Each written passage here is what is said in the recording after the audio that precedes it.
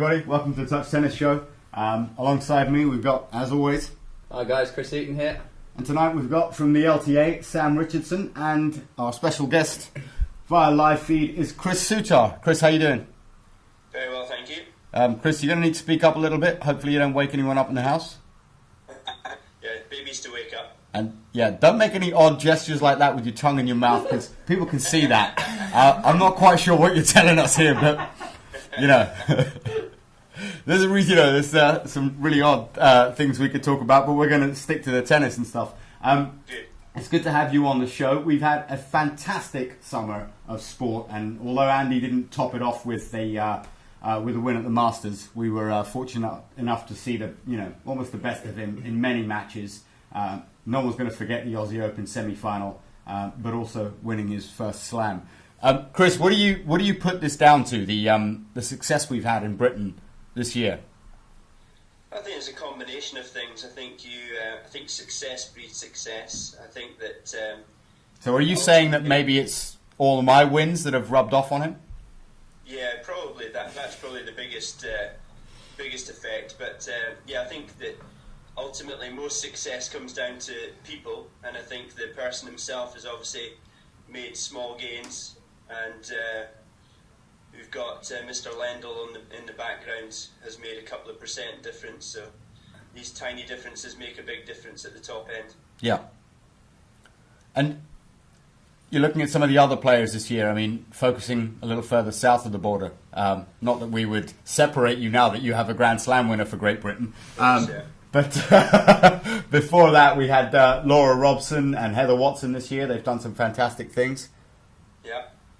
Well, I think Laura's obviously been in the limelight for a few years now since winning New Wimbledon. Hang on, I'm just gonna see who's calling in at the same time. Let's see who this is. Hello. Hey, Michelle, it's Nick. Nick, hi Nick. Sorry, we've got Nick Lester also over this week at County Cup. Hopefully he's got some good news for us about Surrey. It's not something disgraceful like he's gone and lost. Not, my friend. I'm afraid not. Oh God! So Chris, can you give Nick Lester as much grief as possible about him losing? Good news travels fast in this world, huh? Yeah. What happened? Well, I kind of ran out of steam in the third set. That's exactly what happened today. But overall, Hertfordshire won, beating Surrey today in the fast 5-1 overall. So Hertfordshire becoming champions for a 6th year in a row. Winter County, which I'm told is only one shy of a record. Middlesex won it 7 years in a row. So we're only one shy of a record now. So I'm afraid to say Surrey came up a little bit short. And it was your fault?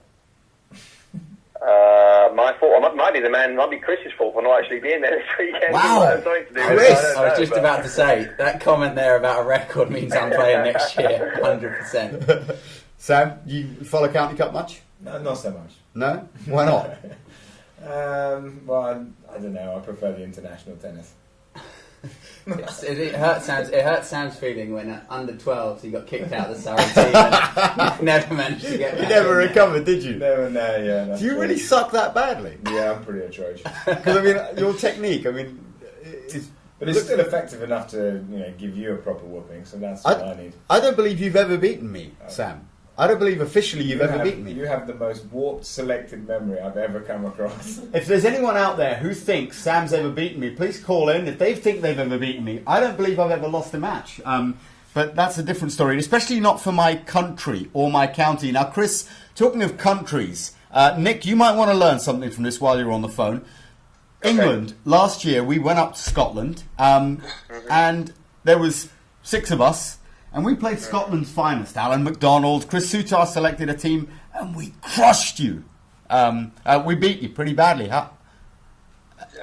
Again, and with Sam on this one, the selective memory is ridiculous. Our team was pretty much made up of 3 guys that never played touch tennis before and 2 guys that were barely out of shorts from school. And, we managed to, I think, what was it, the end score, 5-4 or something? No, don't be silly. We only played 7. We beat you 5-2. 5-2, yeah, that's right. We had, I think there was match points in the other matches and so on, but overall, I think for debutantes, it was not a bad performance. Well, personally, as far as I can see it, Chris, Yeah, the last two were dead rubbers, and they didn't really count. So, Nick, tell me a little bit about what happened with you. Why did you gag in that third set? Because I couldn't feel my right thigh, which doesn't help generally. No, listen, it was a good match. Actually, I enjoyed it. Jeff Hunter, as you all know, is a good player, and he's a good competitor as well. So it was just fun to play, really. It was fun to play, and sadly, you guys, didn't quite have the team to back it up as far as the rest of the guys were concerned. Obviously, Tom Byrne was playing one. He was struggling a bit today as well, but in the middle order, you guys were a little bit short. But it was good. It was a good weekend. And what do you mean, you guys? I thought you played for Surrey. Hertfordshire and Surrey, and we got the win. No, he does what everybody does. They actually don't play for Surrey, but they live in Surrey. So they appreciate that it's the best place in the world, but they actually don't change their loyalty. I'm a bit confused by it. Talking of which, Andy Murray's got a house like 2 miles from here. Yeah, I think he should be playing. He should be playing for Surrey. What's going on? I think there's a 3-year rule, isn't there? You live in a county 3 years, I think. So let's ask Chris. Still playing when I'm 38. I think it's a problem. Chris, let's ask you on that one. How long has Andy been down here in Oxshott or somewhere around there? At least 5 years. He's playing for Surrey. In fact, he's playing for England in the next Angelini Cup against Scotland. Good luck trying to persuade him on that one. But I heard he was quite inspired by some of my wins. When from McDonald, Alan McDonald told him about the duffing that we gave him. I think he was inspired to do something about it. Do you think we'll ever see him on a touch tennis court? I think if you gave him the challenge face to face, I think he would struggle to turn it down. Now, you were around Andy in his formative years early on. I know you don't like to take credit for anything, but as you said, it's about the people around you as well. And that matters. Some of the stories you told me about how he would try and stand up on a Swiss ball or serve off a Swiss ball. I mean, is that the level of commitment you need in tennis to get to the very top? Be able to push every single boundary? Well, I think with somebody like Andy, it wasn't just a case of pushing boundaries. He was a ridiculously quick learner. So that situation on a Swiss ball, most people would take months, years, perhaps a lifetime to kneel on a Swiss ball, and he can stand on one, do all sorts of crazy stuff. So he's a ridiculous learner and works very, very hard. So that combination is going to get you to the top. Okay. Well, Nick, we would talk to you for longer, but we're going to cut you off now and let decent people call in, because, I mean, there's no point in leaving you blocking up the line when blatantly you have no loyalty to Surrey. And in fact, I'm going to call the council and tell them to kick you out. I'm going to say you haven't paid your poll tax. But Nick, we're looking forward to seeing you here maybe the week after next. Good stuff. Have a good week, guys. Lovely talking to you, Nick. All the best. Yeah. Judas! Can't believe Judas. I mean, he lives in Surrey and he plays for some other numpty club. What do you do about someone like that? I mean, it happens a lot. But to be fair, I think they need to have certain rules about it county level, because Surrey technically, everybody lives around Wimbledon, so you've got Arv Palmer, you've got, you can even get Greg Rosetsky, people like Kevin Elliott, Wesley Moody, all live in Wimbledon. So then it would become a little bit of a farce, all these county competitions. So I think it's all right. But the problem is Hertfordshire get the same group of 6-8 people out every single county event, and they all do it, and they have a great time, and I credit them for always being around. Ed Corrie makes a huge effort, so does David Rice, to go out their way during their schedules to get involved. So it's credit to them, really. And Sam, you're involved in programs at the LTA, right? Correct. I see that little... I don't know, Chris, if you can see this, but hopefully you'll watch it on the replay later. Sam's always got this nervous grin whenever I look at him, as if I'm going to ask him something really inappropriate. Again, I don't understand why people think that I would do something like that. Where would that come from? I wonder. But, I'm going to ask you a couple of straight questions, yeah? Real butch straight questions sort of thing. What do you do at the LTA in terms of programs? What delivery are you doing now? Okay, so the focus for many governing bodies... Sorry, hang on. Have you got highlights in your hair? No. No, carry on. It's just the line. Probably grey, actually. But thanks. How about your hair? How's that? Hey, there's a reason Chris and I are like this. This way it sort of looks like I've got one up on him. It actually looks like your head's on upside down. Never mind. Anyway, he's so tall he's grown through his hair. Ball guys. No, but the focus for many governing bodies, the LTA included, is to sort of try and grow the game now. Because there's a bit of a drop off in participation in traditional sports. Whether that's because there's just so much more of a choice now for kids, from sort of extreme sports and PlayStations, the whole lot. So there's a big focus now on trying to get more people back onto a court with a racket in hand and just enjoying the game. Right. So specifically, what our team look at is what's on offer at a tennis facility.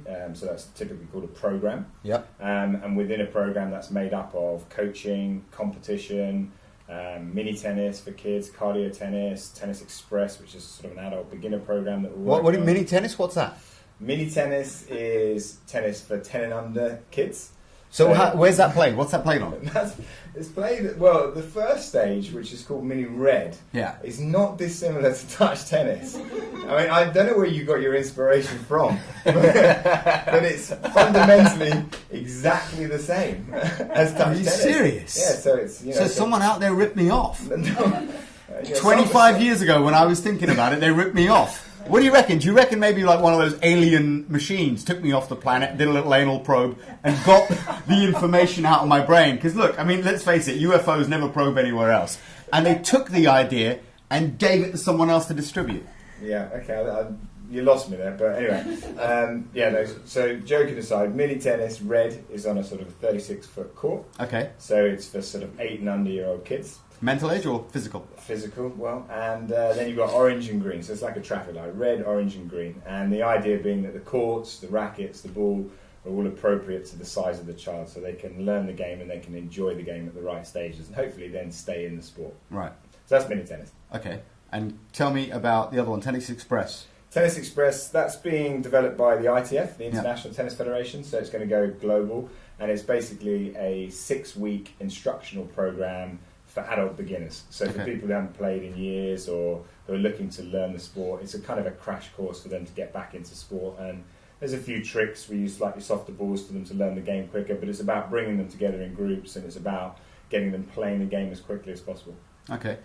Chris, what do you think of some of these programs? I mean, red, orange, green. You got any thoughts on that? There's been a lot of controversy in the States about whether they should just roll that out, but they just went ahead with it anyway. And well, I think the controversy in the States wasn't it? Oh, sorry, is this me, Chris, or Chris Eaton? You, Sutar, sorry. Yeah, sorry.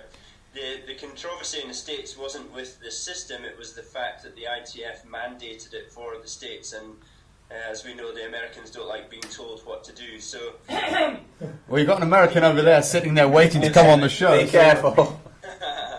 But I think it's going to be the same in the States as it maybe was here, that it probably took about 4 or 5 years for it to properly be recognised as a player development tool, but I don't think anyone can really debate the benefits of a young child playing on an appropriate size court with appropriate size rackets and balls, etc. So, what about grown men playing with inappropriate size courts and smaller rackets and balls? Yeah, well, that just makes it 10 times more fun. Thank you, Chris. Appreciate it. And there's one other program you're involved in, cardio tennis. Yep.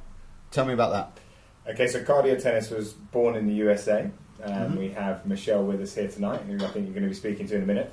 But it's probably my favourite of the programs because it's just so much fun. It's essentially a fitness class that takes part on a tennis court. Yeah. So there's lots of people on court. There's music playing. You're plugged into your heart rate monitors.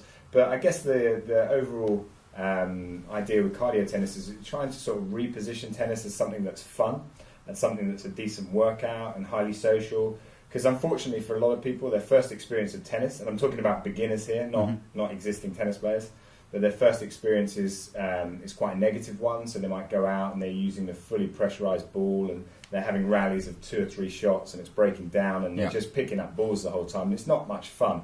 And cardio tennis is kind of the polar opposite of that. You know, it's a bit like a sort of party on a tennis court. There's lots of running around, but it's a fitness-focused class, so technique is kind of irrelevant. It doesn't matter if your shot goes in or out. It's just about getting on court, getting a bit of sweat on. You'd be excellent at it, mate, no doubt. Because technique is not really a prerequisite. So do you have cigarette breaks? Isn't fitness the key?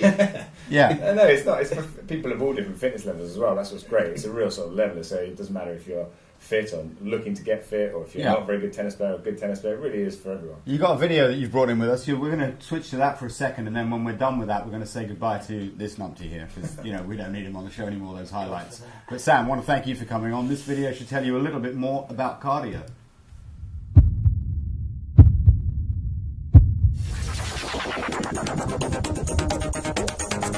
Here we go.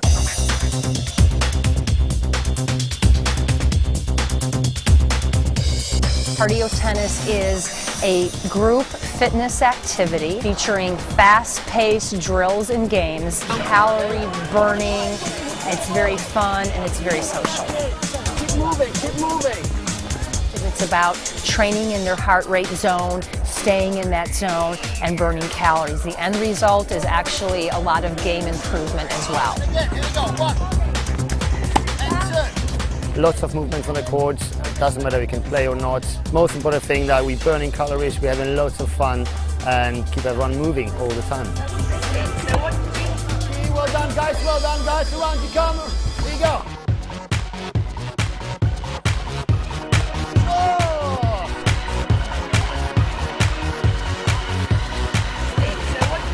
Get outside, quickly outside. Here you go. Into the net, so this keeps you moving, so it's good exercise. Beautiful shots, guys. Come on.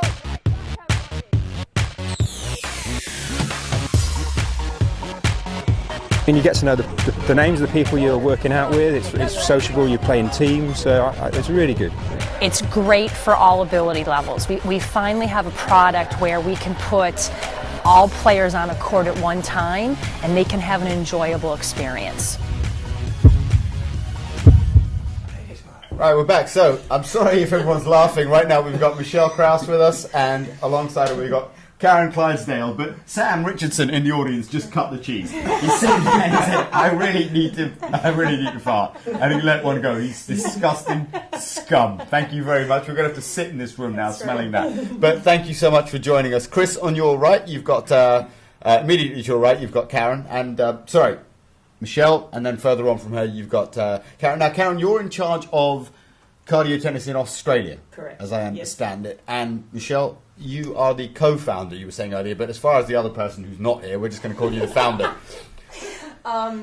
Yes. So I manage cardio tennis globally. Okay. So cardio tennis is owned by the Tennis Industry Association, and the Tennis Industry Association is a nonprofit organization. Our mission is to ensure the economic growth and vitality of all the stakeholders in the tennis business. Okay. The USTA funds the cardio tennis program in the United States, and globally with cardio tennis we have partnerships. Our purpose and our vision is always to work with the country's tennis federations specifically, because they will be the best deliverer of the product. They have access to both the teaching professionals as well as the consumer. So the TIA partners with, for example, the LTA. The LTA has been our partner for about 6 years now. Okay. Tennis Australia came on board about two years ago. Right. So it's really interesting because everybody's in different phases. We in the United States, we're going into year number 8. So Right. we launched cardio tennis at the U.S. Open in 2005. So we're in a completely different phase of cardio tennis is a staple in the United States. It is the third way to play.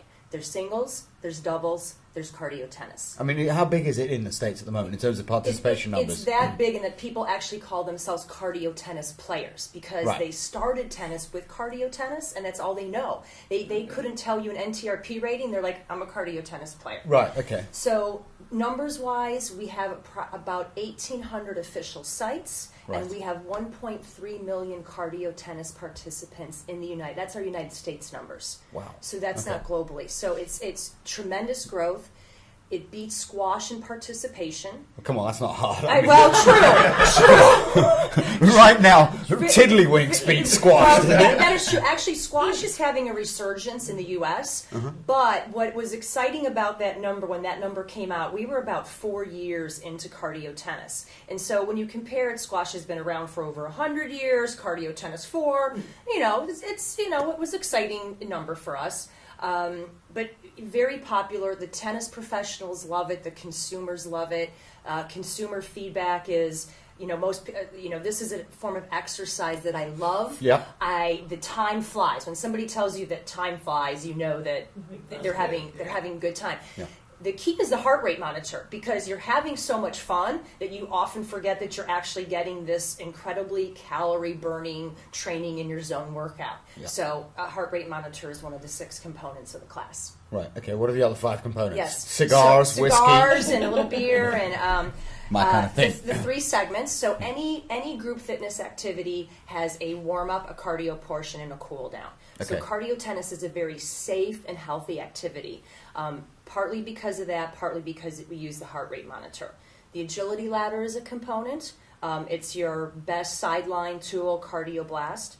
The low compression balls, so the red, orange, and green balls are a huge component because that's our great equalizer. Right. So it allows the ball to stay in play longer. The ball is staying in play. People are having more of an aerobic cardio workout. Yeah. So even for our advanced players, so if Chris was out there, if I had 8 Chris's on the court, I'm still going to use the orange ball. Okay, why? Because even though you're a professional player, it's very difficult to hit a clean winner with an orange ball. Yeah. So again, for those very high skilled players, the ball is staying I've got to correct you there. He works with my 9-year-old daughter when he's around the country, and I've seen her hit clean winners past him with an orange ball.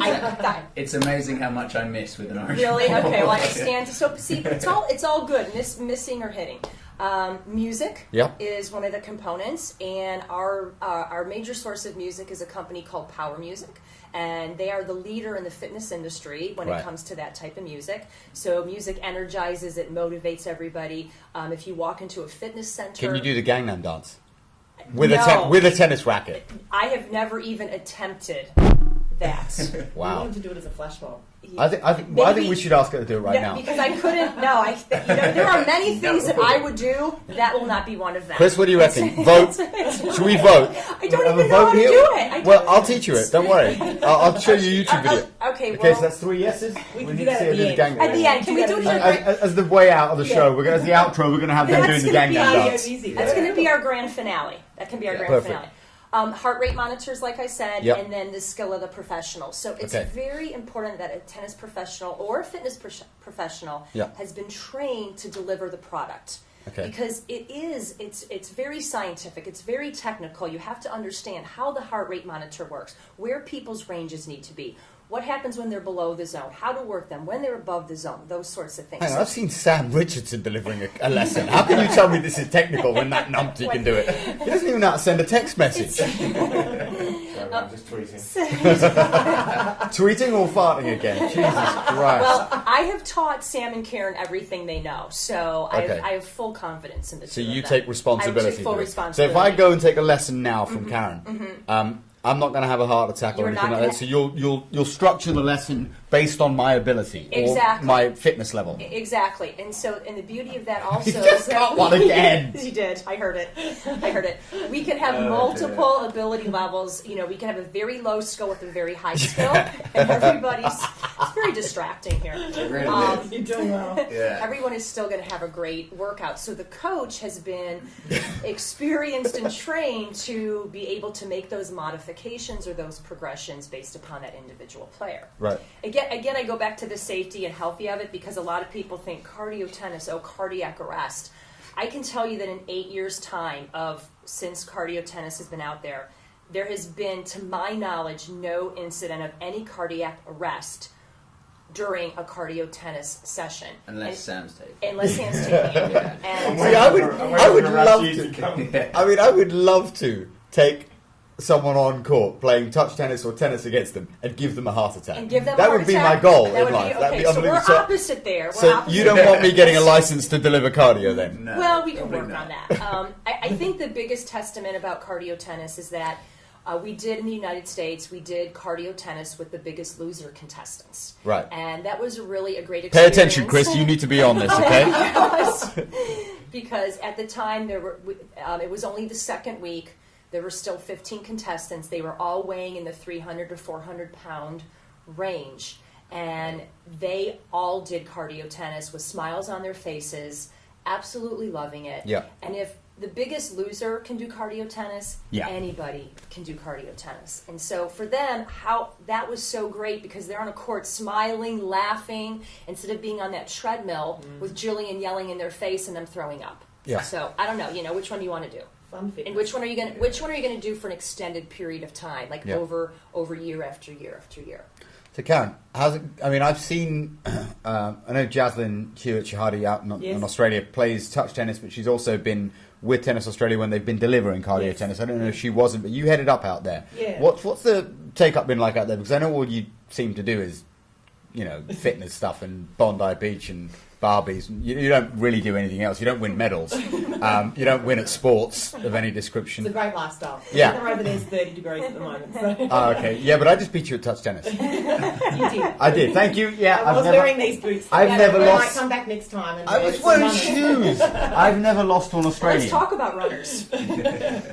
No, so we launched only 44 weeks ago. So oh, really? early days. Okay. But we've got 360 coaches delivering cardio tennis in Australia, so a fantastic take-up. It's a priority of Tennis Australia, so we've got hot shots, similar to the modified game, and we've also got cardio tennis. So it's the second priority to get more people to play the game. And, in any form, yeah. In any just form. get them on a court. And it's about, like what I love about cardio, it's about change. We're seeing the game in a very different way, and it's making it exciting and vibrant at those clubs. You walk in, and there's music going, and there's people coming, and we've looked at our stats, we've gone to our consumers, and we've got about 10,000 people playing cardio already, and they've come back, and 53% have actually not been playing tennis before cardio. So that's so a great you've got stat. people on court, so that's a great reason. Chris, what are your thoughts on that? Is it anything to get people on a court, or would you prefer? Are you more of a traditionalist?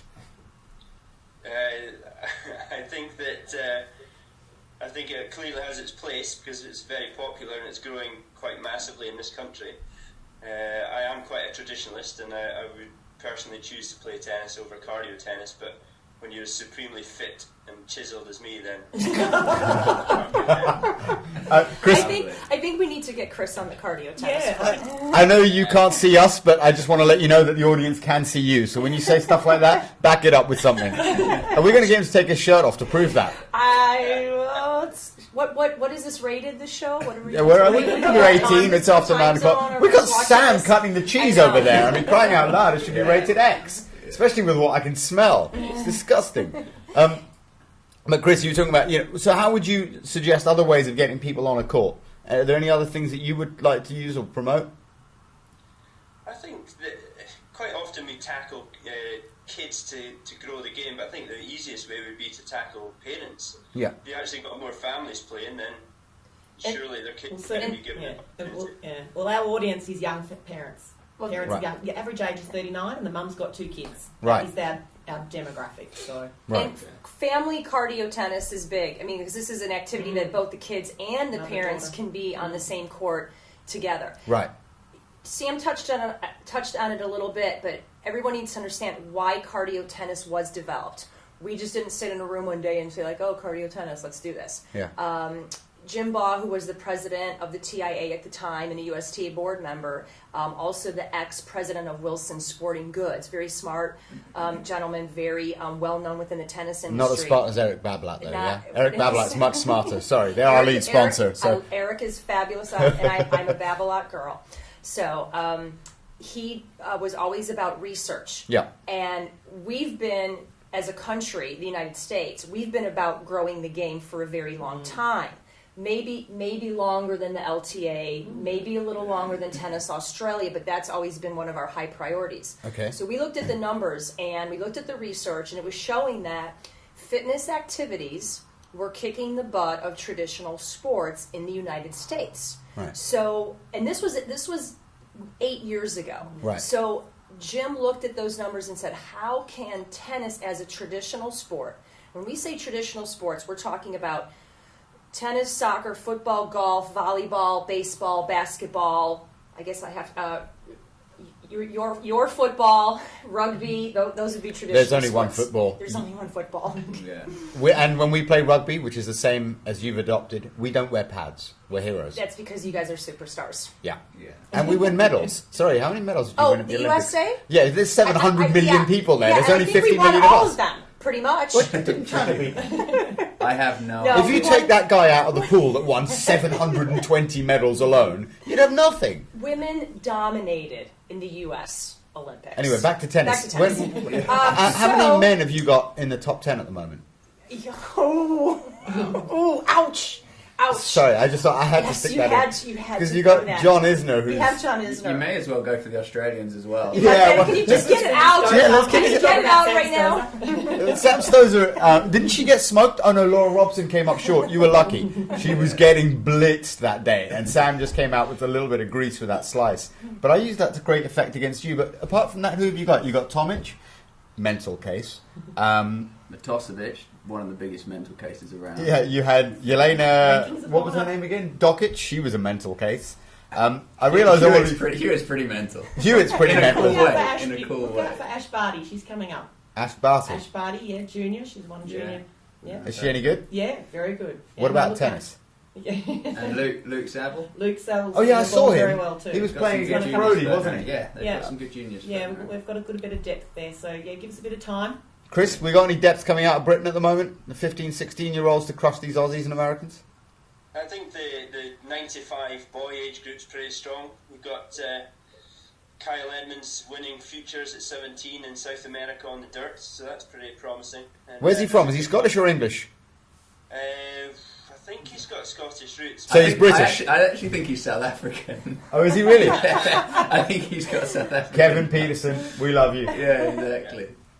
So do you think that cardio tennis is big because you can play the sport without competing against someone? You can actually, because for example, I'm a big golfer, and part of the love of golf is that you can compete against yourself or against the course. Yeah. So I don't know this, man. Do you think part of the love of cardio tennis is that you actually don't have to go and compete against someone? You can just, you can basically win within yourself, if that makes sense. Yeah, improving your own physical fitness. I mean, so you can get competitive because you're always looking at your heart rate monitor, and I guess that it's that a makes huge. a difference. You're competing within yourself. You're and depending on the cardio and who the class is and who the audience is, there's scorekeeping, there's competitive points. It's very heavy on games, so you're getting competitiveness without having to commit to a tournament, a one-on-one, a match against one person who you may or may not like or just not have an engaging encounter with. It's such a social class. It's all about the high fives. It's all about lots of partner activities. And when compared to other group fitness activities like a Zumba, like a body pump, like spinning, it still beats those from a social perspective because nobody's giving you a high five in spinning. Nobody's talking to you in Zumba. You're kind of in your own space and you're kind of doing your own thing. And so it's extremely engaging. It's the whole mind and body are working together, and that's why the time flies. So it just appeals on so many different levels and has so many different places that the possibilities are. I feel that we have not even gotten close to reaching all the possibilities, and this is still 8 years into cardio tennis, so there's a lot more we can do. It's great stuff. Do you think it's also taken a little bit from spinning? Because obviously spinning is huge here, and it's kind of like a cardio version of cycling. I mean, cycling's pretty cardio anyway, but it's kind of more of a group, sort of fun-ish version of cycling. Is that kind of where the part of the inspiration comes from? Yeah, because essentially one of our taglines is that cardio tennis has done for tennis what spinning did for riding a bike.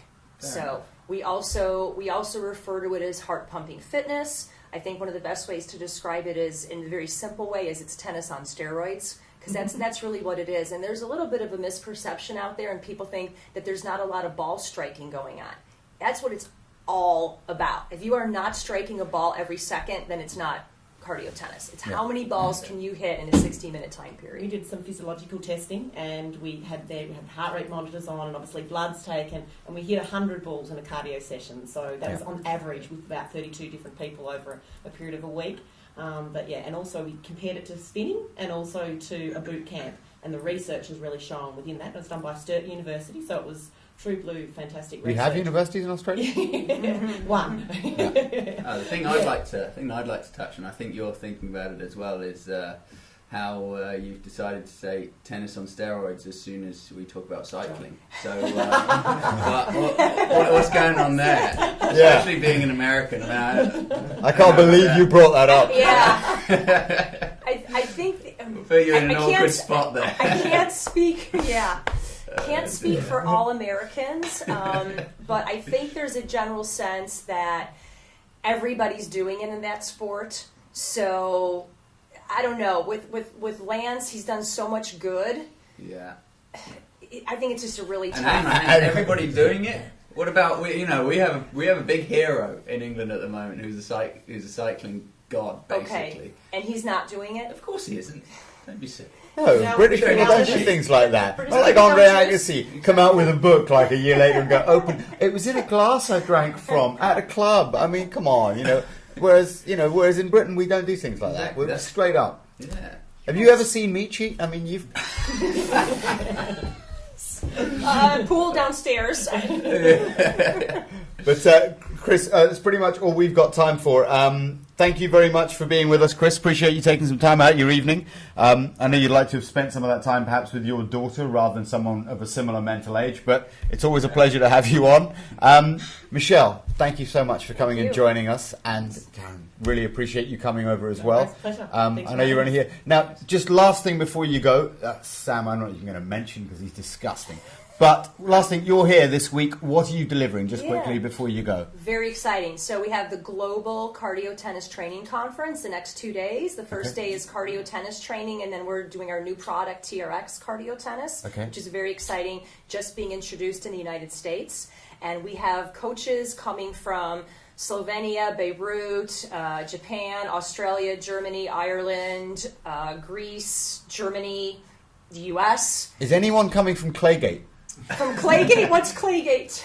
It's where you are right now, and I didn't get an invite. Basically, I didn't get an invite. And you're coming too tomorrow and Tuesday. Do you both want to come?